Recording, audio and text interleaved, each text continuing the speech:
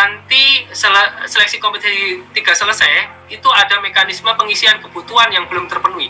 Jadi ada formasi-formasi yang kosong, itu akan kita penuhi dengan mekanisme yang secara otomatis, jadi tidak melakukan seleksi lagi.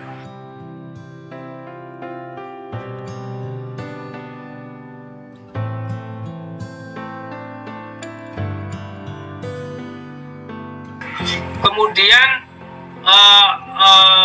akan berlangsung, ya, seleksi kompetensi kedua akan berlangsung. Kemudian misalnya lulus, ada yang lulus dan ada yang tidak lulus, dan bagi mereka yang tidak lulus akan berlanjut di seleksi kompetensi 3, tapi saat ini berlangsung secara nasional. Jadi nanti peserta bisa memilih formasi secara nasional di tempat lain sesuai dengan sedik atau kualifikasi yang bersangkutan. Jadi dari kabupaten A boleh nggak milih kabupaten B, boleh ke provinsi C, dan seterusnya. Juga boleh yang tadinya di SMP, boleh memilih ke SMA, boleh memilih ke SMP, dan seterusnya sesuai dengan serdik dan kualifikasi yang bersangkutan. Kemudian Bapak Ibu sekalian, setelah itu selesai, ya, nanti seleksi kompetensi 3 selesai, itu ada mekanisme pengisian kebutuhan yang belum terpenuhi. Jadi ada formasi-formasi yang kosong, itu akan kita penuhi dengan mekanisme yang secara otomatis, jadi tidak melakukan seleksi lagi.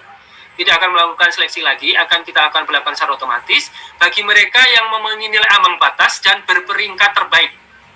Dan itu nanti akan ditempatkan sesuai dengan jabatan, bentuk satuan pendidikan, dan instansi yang dilamar, di mana metode penentuan sekolah tersebut akan ditentukan kemudian, nanti bersama-sama dengan Kementerian Pendidikan dan Kebudayaan. Baik, selanjutnya ada satu hal lagi Bapak Ibu sekalian yang perlu menjadi perhatian, bahwa nilai passing grade itu pada seleksi kompetensi pertama, kedua, ketiga bisa dipergunakan.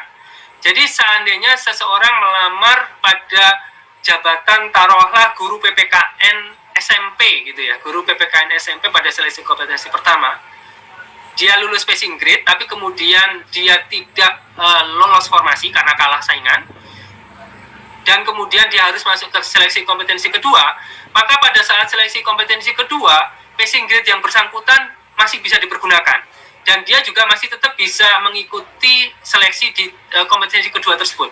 Dan kemudian kalau yang bersangkutan juga lulus passing grade, maka dia diberi kesempatan untuk memilih yang terbaik mana passing grade-nya di antara seleksi kompetensi pertama ataupun seleksi kompetensi kedua.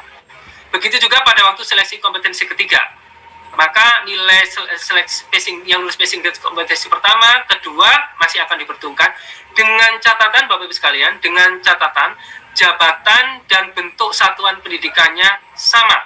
Jadi kalau tadi melamar pada guru PPKN SMP, di pertama, kedua, dan ketiga juga melamarnya pada jabatan yang sama.